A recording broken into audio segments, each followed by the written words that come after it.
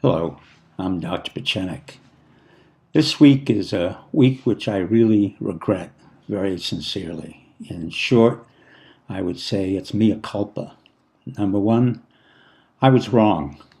I thought for the first time in 20, 30 years we would not have any more false flags and stand down. The Mandalay episode in Las Vegas was nothing but a false flag.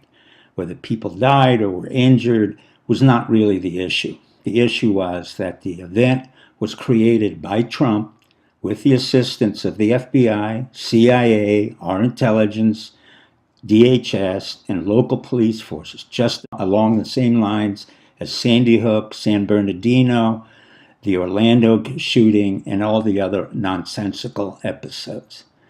The reason I was wrong was I suspected that Trump would be smart enough not to pull a false flag. But unfortunately, he is not. I don't know whether he is a moron, as Rex Tillerson might have said, or there's something else that's wrong with him. But the reality is there was no reason to distract attention away from the fact that Saudi Arabia admitted for the first time in 16 years that America was involved in a false flag on 9/11 on an inside job. And what did Trump do, along with Pompeo and all the others in the FBI?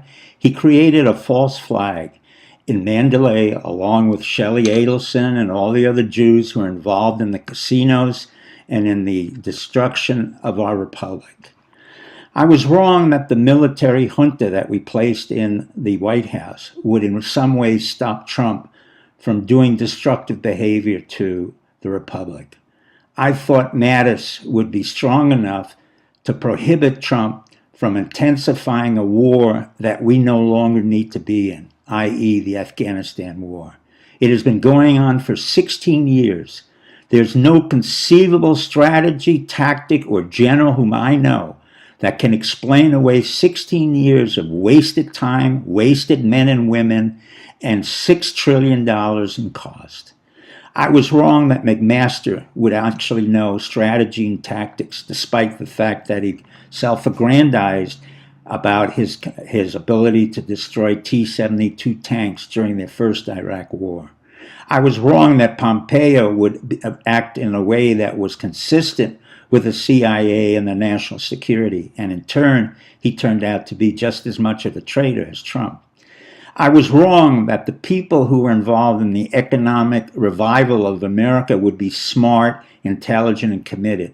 Instead, what did I see? I saw Steve Mnuchin, I saw Gary Cohn, I saw a whole bunch of American Jews who knew nothing about M1, M2, who had ever studied economics, who had ever come out of Harvard, Princeton.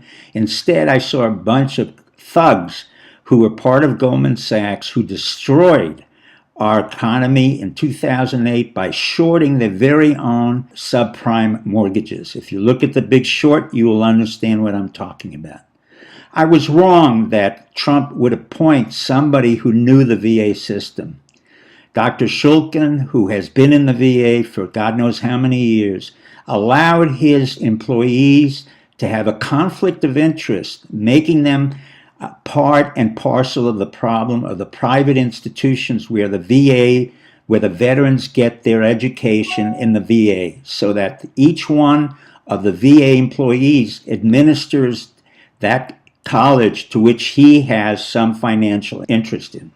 I was wrong that Shulkin would understand that our biggest problem with our veterans from Iraq, Afghanistan, was PTSD and mental health.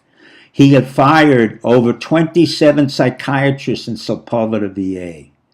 In short, I have been wrong this whole week. I was wrong that the MSM, mainstream media, would cover anything that was relevant, like the 11,000 soldiers being sent to Afghanistan, or that the alternative media would really underscore the fact that it was a 9/11 reincarnation.